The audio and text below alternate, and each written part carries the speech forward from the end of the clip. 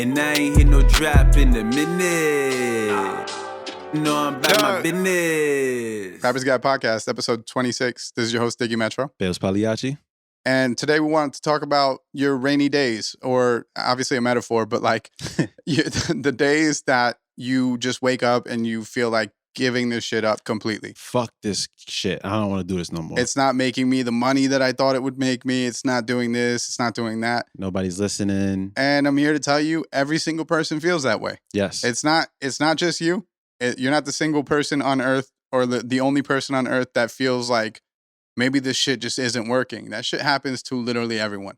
And I hate to drop this gem as early as right now, but a lot of people reach that point and give up.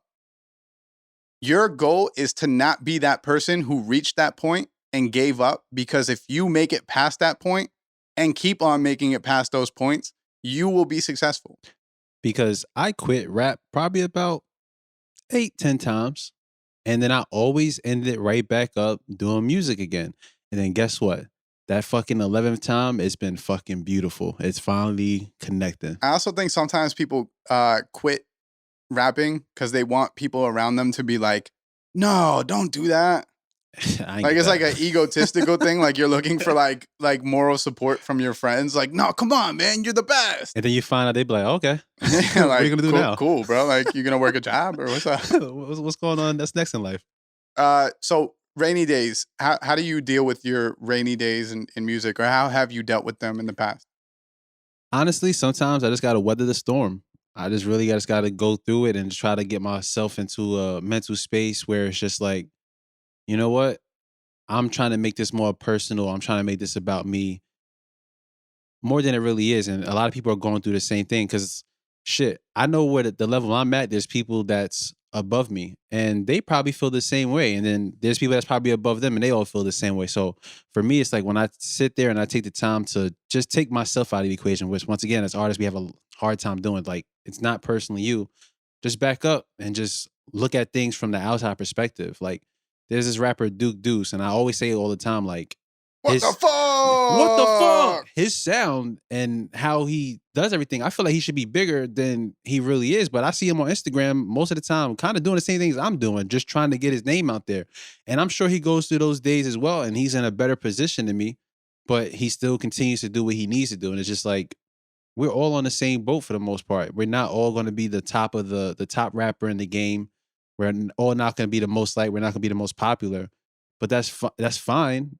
Sometimes you just got to readjust how you're looking at things and just pull yourself back from the situation. I sent you a tweet from Kate Renata the other day. The Kate Renata. Yes. Fucking huge producer, critically acclaimed. Everyone loves this guy. Everyone thinks that he's the GOAT. And he was talking about how he hates that certain people don't like his music. And he hates that like he doesn't get the credit he deserves. And he hates all this stuff. And he was really down that day, I guess, because he was tweeting nothing but sad stuff. And it just gave perspective that no matter the heights that you reach in this game, you're never going to not feel sad. It's just one of those things that comes along. But the thing is, you don't get to a point of success by giving into it. Nope. Like it's just, that's not going to work in any facet of your life. I mean, you might wake up one day and go, I fucking hate my job, right? If you want to quit. But who's to say that the next job doesn't suck just as bad or worse? Yep. It's just one of those things where like sometimes you just have to, like Bailz said, weather the storm and realize that like you're not the only person that's going through these problems. There's going to be other people who are going through similar issues, who have the same feelings as you. And realistically, you just have to find a way to kind of get through it. I used to say all the time, I feel like I started to recognize that my life in music has roadblocks, right? And sometimes you got to see a roadblock and you have to just smash through it. Yep. I'll give an example, and this is going to sound kind of fucking crazy and like university, but I'm going to tell you my actual experience, right? I used to perform a lot. First performance, second performance, it rains both days, right? Third performance, it rains that day. The fourth time I perform, because they weren't all in the same week. It's like these stretched out 2-month periods between it rains every single time. One time it's fucking a blizzard. I have to perform in Brooklyn. I drive there and perform, meet cool connections. Next time, another blizzard. Next time, rainstorm. Next time, rainstorm. And I started to see a trend where I literally talk to my closest homies and I'm like, yo, you notice that it always fucking rains on the day of my shows? And I'm like, watch, I booked the show for 2 weeks from now. It's going to downpour that day. Mhm. And they're like, nah, that day comes, downpour. Raining. And I started to look at it as, okay, one of two things is happening universally. They're either telling me, yo, you, suck it up. You got to get through this shit. Mhm. And if you get through this, you're going to get to the point that you want to get to. Mhm. Or it's something universally telling me, yo, just stop doing that part of it. Yep. You're not meant to do this. Like, that's not for you. Like, you're doing the wrong thing. So how you perceive that is on you. But how I perceived it at first was that it was these roadblocks. How I perceived it after, because I started to think about my life as a performing artist, right? And I started to realize I fucking hate performing. I started to realize that, like, that's one of the things that, because I would always get so drunk to go on stage because, like, the nerves just took over. And I'm not saying be a bitch and if something gets hard or you get nervous about something, give up on it. Mhm. What I'm saying is there was an actual feeling that I did not enjoy this. Yeah. And I would have to force myself to do it. Now, you put me in a studio environment and you tell me to write a song in front of you, spit the verse in front of you, do all these things, and I'm the most comfortable person in the world. No alcohol needed. But when it comes to being on a stage and looking people in their eyes and performing in front of people, I just don't enjoy it. And the beauty of right now is that you don't have to. Nope. So I started to realize what I like in this game and what I could benefit from in this game. And I'm not going to say there's no benefit to performing. Obviously, it's nice to keep the pen sharp. But when I do perform, because I'll throw a show and someone will have a song with me and I'll Mhm. jump on and spit my verse real quick and then hop off. When I do that, I feel better in that It situation suits you more. than I feel, because I'm the assist guy. Mhm. I'm always going to be the assist guy. I'm not MJ. I'm John Stockton. I was thinking that the whole time. I was saying Stockton. I was like, I don't know. I really didn't know what position he placed. I was like, Yeah, no, I'm John Stockton. Yeah. I'm the assist guy.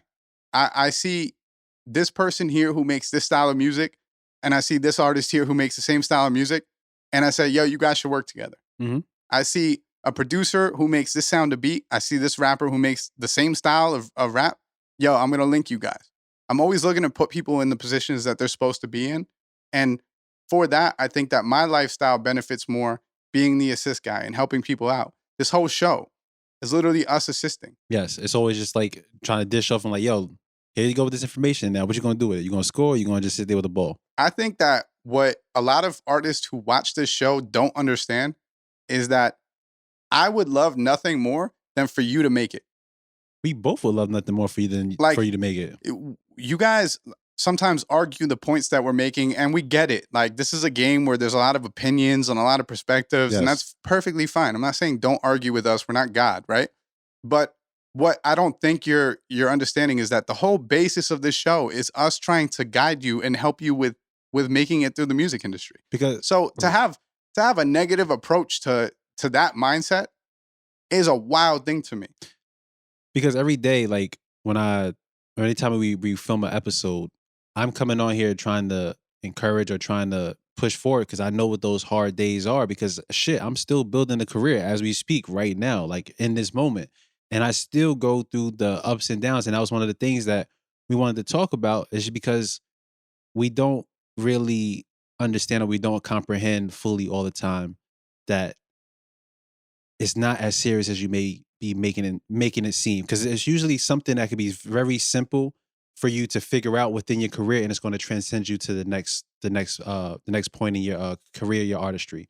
It could be us just telling you about marketing. It could also be us just telling you, yo, let me go add more songs to my catalog.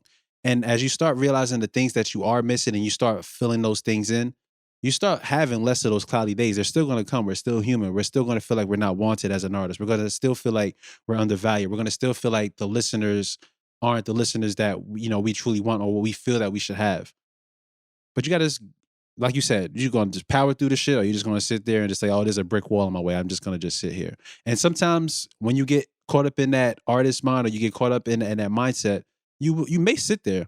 but it's all about getting past it. You gotta push past it. Bailz a couple weeks ago, being the guy who's on the show, being the artist who is getting streams and stuff, had a moment where he was like, "Yo, I'm falling into this like artist funk where like I just want to be an artist and I don't want to do a lot of this stuff." And I had to remind him, you didn't get to the point that you got to by doing that.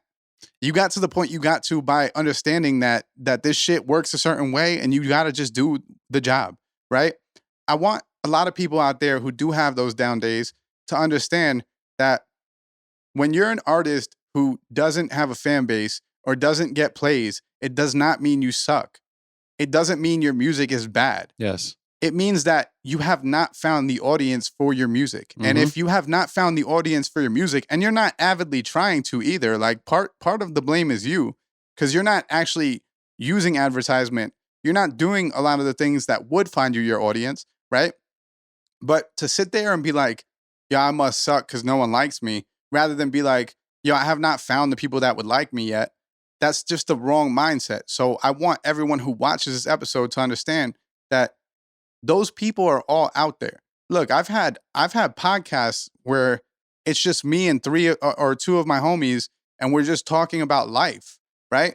And we've gotten fans talking about our lives. We're three nobodies from New Jersey, right? And me and Bailz are two nobodies from New Jersey, and all we are doing is we're researching the music industry and we're trying to regurgitate the facts and make sure that artists at home have a way of kind of breaking into this industry and knowing how to function while they're here, right? So don't get discouraged and think that because you don't have listeners or because no one's fucking with you, that like you're bad. And I'm not saying every person out there is good. Some people just aren't meant for certain shit, Some and that's people are meant fine. for music. Like maybe you just don't have the ear for it. I know people personally that they think that they're producers, or they think they're rappers, or they think they're singers. And if I was being real with them and being honest, and I'm not saying it can never happen, but right now, it's not it for them. Because sometimes a lot of people don't want to put the extra work in. And like how you mentioned before, like not knowing that there's an audience out there or fans, that was one of the biggest reasons I continued to quit rap. Like that was my missing piece in my music or my artistry was, number one, finding my sound, which we talked about the previous episode. And then number two, marketing that sound and getting it out there to people. And honestly, I'll be honest with you guys, that's really the main problem you have. And I think you guys see this information a lot on social media or through like other forms of media. And you just completely negate it as if it's not something that's true because you feel like it has to be another external force. But really, it's mostly that you're not putting yourself out there. You'll spend a lot of money on things that aren't necessary to build this image or whatever the case may be. And I used it. But you'll try to spend all this time trying to build an image. And instead of building that image, you just need to be able to project yourself or your music to the audience out there. And then once you're able to find them, that's when you're able to really feel like, yo, I'm actually doing something. At this point, if I quit rap, I'm insane. If I quit trying to make music, I'm insane because guess what? I have fans. This is what I've been asking for this entire time. I've been asking to have fans, people that's looking forward to my music. And that's all I need to fuel me through the day. To everyone out there who watches this show and we talk about marketing and they go, that's not right. This person did it like this and this person did it like that. I want you to understand you are simply wrong. Like 90% marketing, 10% artistry and music. Yes. You are simply wrong. Like you could disagree and that's perfectly fine. Everyone's entitled to their opinion. But if you're acting like marketing is not the biggest thing in music, you're simply wrong. It's just not true. And to everyone who has the mentality of you don't actually have to spend money, you could do everything for free, you are simply wrong. And I'm not saying this to anger people watching. Why I'm saying this is because if you're reading those comments and you're agreeing with them, just know you're agreeing with the wrong person. Like, once you figure out that this shit has everything to do with marketing and has everything to do with the business side, and you'll actually grow your artistry and grow your fan base once you do that, you stop having those rainy days because you understand that, like, that's not what this is about. This is actually a marketing thing. It's my reach. It's literally it's reach. It's just reach. And you could, I see a lot of people online saying shit like, music doesn't have the feeling anymore because everyone's too focused on gaining streams and gaining followers, and it's not. Yo, listen, that's 2021. Sorry. Like, if you want it to be 1980, you're fucked, man. Like, there's no time machine that you could go back and make music at a different time, unfortunately. This is 2021 where those are the things that matter. And the people who make it are not people who complain about what matters. They're the people who actually go and do what matters. And the problem with the mindset of saying that people aren't, looking for that type of music, or they're not looking for the conscious music or anything like that, it's a flaw in thinking, just because what you see in the mainstream is what you believe that everybody else is looking for and what everybody is geared towards or what everybody is looking for. And that's sometimes how a lot of artists get into the trap. Like, I have to make this music specifically because that's what's in the end, or that's what's now. But you do not see the millions of other people who don't listen to that music, who are not in the mainstream, or who are not considered like the popular listeners. They're looking for you. You just have to be able to reach them. And once again, the hardest thing for us as artists is not having anybody listening. It's not feeling like you're being supported. And once again, there's people out there waiting to throw money at you. There's people waiting to support you. There's people waiting for that new song. You just got to reach them. And if you're not reaching them, those rainy days are going to keep coming and coming and coming. And once again, even when you have those people, which we did an episode early on about being grateful, it's so easy to get sidetracked. And once you get stuck in your artist mind, to not be grateful for what you have and just try to figure out why I don't have this, why don't I have this? And then that's what just kind of brings in that negative mindset. I've been a big advocate for meditation, and meditation is what usually gets me through those days. It's just like, let me just stop, breathe, take myself out of the situation, stop thinking about it too much. Because once you start ruminating and you think about things over and over, you have a tendency to just stay in that slump and not want to move. We all know depression is debilitating. The same thing works with artistry. I can't be sad if my music is all about being uplifting. I can't, when I work through the problems, I put that inside of my music and that creates a better song. We have to go through those things on a constant basis, but it's always about pushing forward and pushing through those things. You just can't stay stagnant in your mind. Also, realize what you're doing is therapy in itself. Yes. This music shit is therapeutic. Maybe not if you're making the mainstream, I'm chasing a hit shit, but then your approach might be off. Like, a lot of the stuff that you're going through that you don't want to speak on, you could speak on through the music.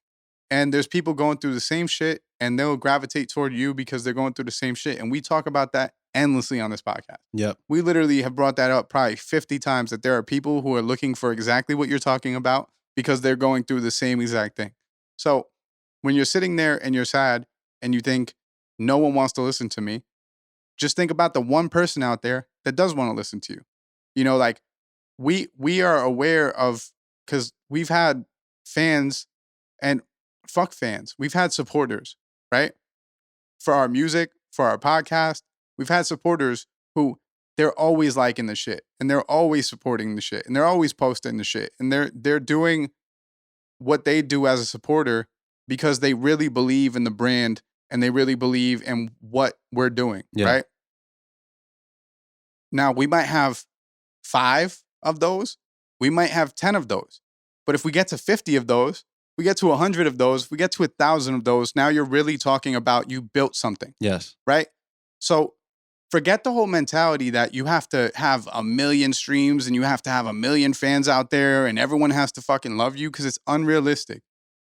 You are looking for the people that support you, whether it's a good record or a okay record. And bad records will never, a bad record's a bad record. And they happen to everyone. But the people who support you through everything, every time you drop, they're waiting for it, right? If you have 10 of those, be grateful. Like, they're a fan of you as a person. That shit does not happen often. You know what I mean? And to add to that, those 10 people are what's normally going to carry you into 20 people. And those 20 people are going to carry you into 100 people. Like you said, it's all about making those connections with those people. And they're going to be the ones that carry you as well. So if you do have the reach and you do have the marketability and you're getting some streams, now you start to realize I have like a little army on my side, that sometimes those days where you feel like, those days where I'm sitting and I'm thinking my music isn't reaching far enough, I'm not entirely sure what those 700 fans that I may have out there are actually doing on their daily basis. they're probably promoting my music more than I probably could physically see myself. But since I can't physically see it, I'm probably just looking at it as like, it's not really going to happen. But if I take a step back, those people, once we talked about this before, they have family, they have friends that they may reach out to that's all over the world or maybe within the United States. Cause that's one of the things I always struggle on still mentally sometimes.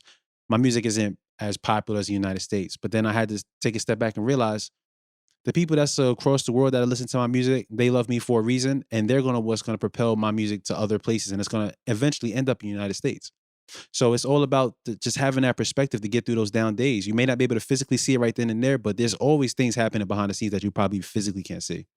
I I go into music with the mentality of, all right, I have this big catalog of 80 records, right? And my expectation is not for people to like every single one of those 80 records. Mhm. My expectation is that if you sit there as a consumer and you listen to my whole discography, I want you to find one record that you love. I can I agree with don't that. care if you like 80. That's not what I'm trying to do. I'm trying to make you find one record that you absolutely adore. And once you find that record and you become a follower based on that one record, I'm happy with that. I don't need you to like every song. Now, typically, when someone likes one record and you have a sound, they're going to like other records. All the other records. But I'm not focused on making you like 80 records. I want you to like one record. Mm-hmm. And I think that when you focus on making people like one record, you start off small, it grows into a bigger thing. When you focus on building one fan, because I've had people from all over the country, all over the world reach out to me. Yo, I'm fucking with you from this place. Mm-hmm. Yo, I'm fucking with you from that place. That feels way better than getting 1,000 streams Definitely does. and having no one reach out. It's the engagement. The engagement is what's most important. It's just seeing it physically. And like a lot of times, I feel like artists may say, or they may not value it enough. And that also just starts bringing in more of those rainy days. Anytime that I feel like I've been being down, we spoke about the universe earlier with the shows when it's raining. I be having those down days, and then guess what? I look at my mentions on Instagram. Somebody just reposted my song, or somebody just reaching out to me on Facebook. I love your music. Keep doing your thing. Keep pushing. I'm a fan. I'm gonna keep listening, and then that just takes me out my like that Bro. that mindset. It takes me out of it. Like, yo, what am I doing? Like, 100% agree with you. the I've love's had there. running the studio. I've had weeks where they were so bad that not a single, the driest weeks ever, Mhm. right? And you start sitting there and you go, what the fuck am I doing? Am I doing the wrong shit? And then the next week, you're booked every single day and you have 3 sessions on Wednesday and you have this and it's like, yo, it's a mentality thing. Yes. Like, yo, those dry times are gonna come and they're gonna leave. You know what I mean? And you have to find a way to make it through those dry times. And if you can make it through them dry times, you're gonna grow. I saw Joe Budden a long time ago on one of his episodes said like, and I might have even talked about this on here, even recently. But he said creators, like if you can make it, he's like, there's gonna be like a 9-month to like 2-year stretch where it's just hard.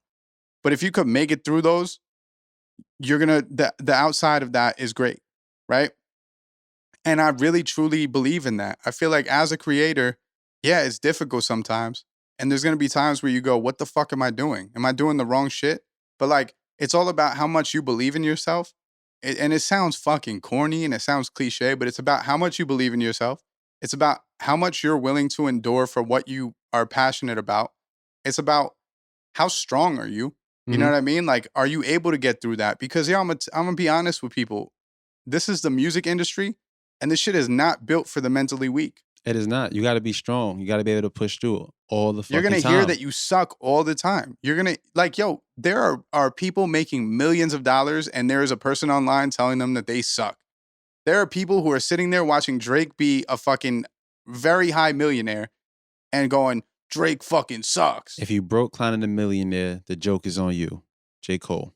It's just, that's just the realest thing that you're gonna understand. Like, you're never gonna not have people who hate your music. It's just real. There's always gonna be someone out there who dislikes your music. And if you like Lil Pump, I don't expect you to like my music. Nope. I would actually be weirded out if you like my music. It wouldn't make much sense to me mentality wise. Like, hold on. Where's the connection here? Right. And what's the fuck is going on? Right.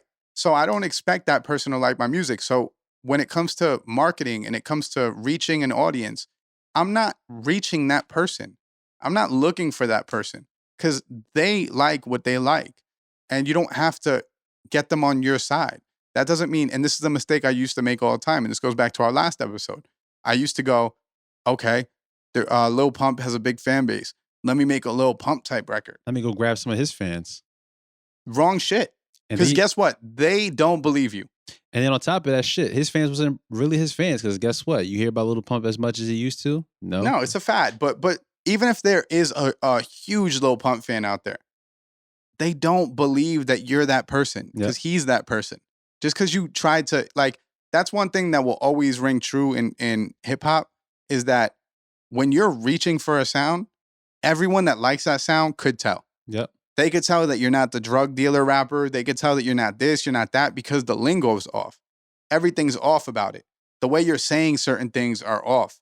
So they know that that's not you. And the problem with that is that once you lose that credibility, you'll never gain it back. Nope. Like, you'd have to do some really dumb shit to go and gain that credibility back. And that was kind of like the uncomfortable situations that I had to put myself in early on in my career, which made me kind of want to quit as well. It's like, yo, I was rapping about the gangster shit. I was rapping about the drugs. I was rapping about the tough guy shit. So let me go do that. Yeah, you know what I'm saying? And it was just like, you know what? I think people are starting to notice. And for the most part, it's probably the reason why people didn't like my music, because it wasn't really as believable, or even within the tone of my voice, it wasn't believable. The lingo wasn't there.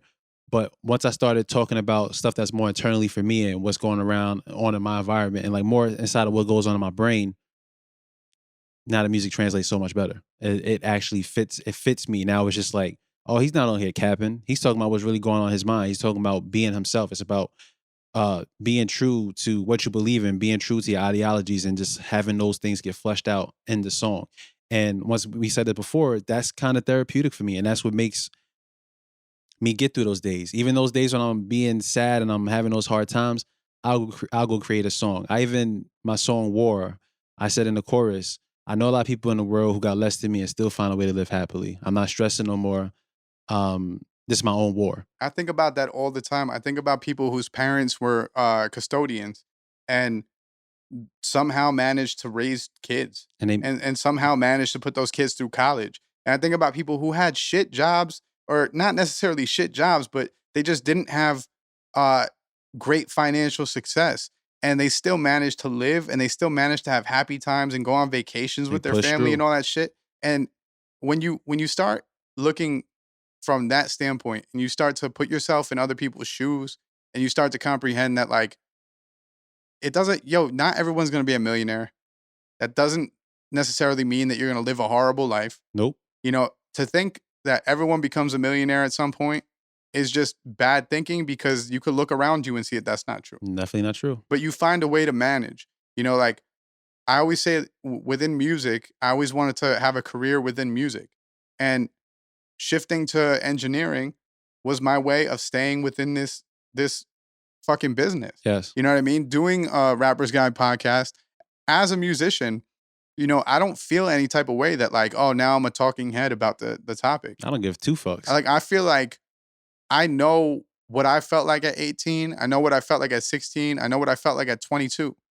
Right. And if I had a show that would come on and tell you that what you're feeling is perfectly normal, I probably wouldn't have made certain decisions. Mm-hmm. I probably wouldn't have made certain mistakes, and I probably would have been happier. But because that show didn't exist, it was difficult to kind of get through that at that time.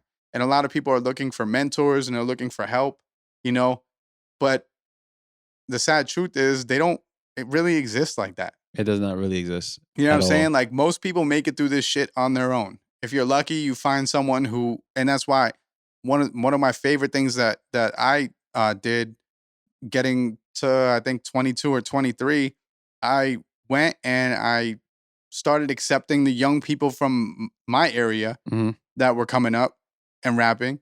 And I started bringing them to my apartment and recording them. And I started putting them on records, and I started rapping on records with them. I embraced the youth, because to me, it was like, no one did this fucking shit for me.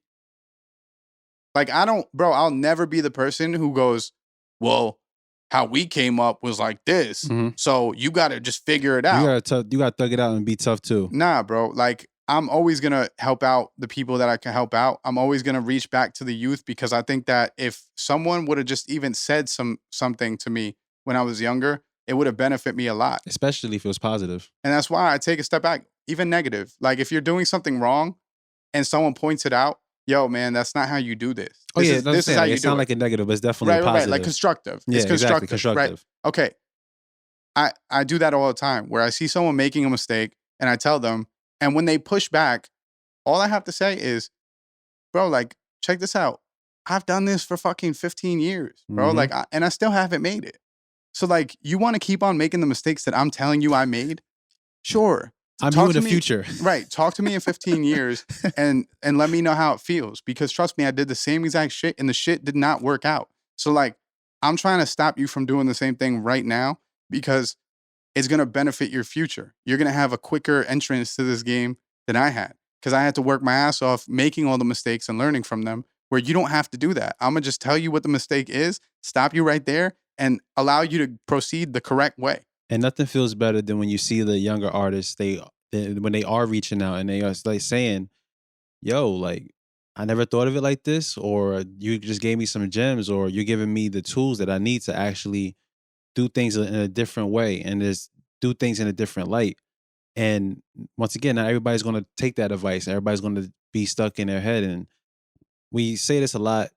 Ego is going to be your worst enemy being an artist. Like, you just have to set that aside sometimes and realize there's people that's more knowledgeable than you. And there's people who actually want to see you do the right things or get to the next point. But at the end of the day, no matter what somebody tells you, no matter what advice somebody tries to give you, if you're not going to sit there and ingest it or take it in for yourself, it's never going to work. And then you're going to still be sitting around wondering, why aren't these things working for me? And you're going to be sitting around having those sad, depressed days as an artist. And then you're going to eventually turn to that point. Either you 15 years still trying to figure this shit out, trying to figure out what's wrong, or you're just going to just hang it up and just like, you know what? I'm never going to try this shit again. You know what you're also going to look back on? Because I've looked back on this a million times. You're going to look back on 5 years in advance. You're going to look back on the advice that you were given 5 years prior, and you're going to go, fuck, man, if I used that advice, I probably would have gone somewhere. Hindsight is 20/20. You know what I mean? And that happens a lot with artists. They look back and they go, yo, my bad. And one thing I want you guys to comprehend, because like what Bailz said, I don't want it to be taken as like we enjoy when people reach out and tell us we're right. Like that's not such a big thing. It's more we enjoy when people reach out and admit that they're not aware. So they're going to try to utilize certain things. It might not work for everyone, but like what we're interested in is like giving you guys some type of knowledge that you could then go and test out for yourself. And if you're unwilling to test stuff out, you have to ask yourself why. Because if nothing else is working, then what would it hurt to try out some things that two people are saying who are reading every book there is to know on music business? Exactly. What would it hurt to just test out their theories? If it doesn't work, cool. Come back and tell us that we suck and we don't know shit. That's perfectly fine. Perfectly fine if it doesn't work, right? But if it does work, just know that we were there for you. We're trying to benefit. We're still going to be there. As long as you go on your career, we're going to be there for you. You know what I'm saying? I think that's it. You good? Yeah, man. Don't let those days get to you. You guys got to power through them. Because once again, we as human beings going to go through them. And as artists, we're going to go through them on a daily basis. Sometimes a weekly basis. Sometimes I feel like you're not going to get out of it. But just get your pen and pad or your phone, whatever. Just write some things down. And go from there. Just be able to take all those sad times, those bad times, and use that for inspiration to go into the next song. And keep your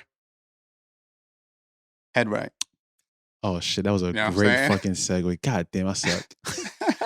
All right, guys. Rappers Got Podcast for signing out. This is Diggy Metro. Bailz Pagliacci. Peace out, guys.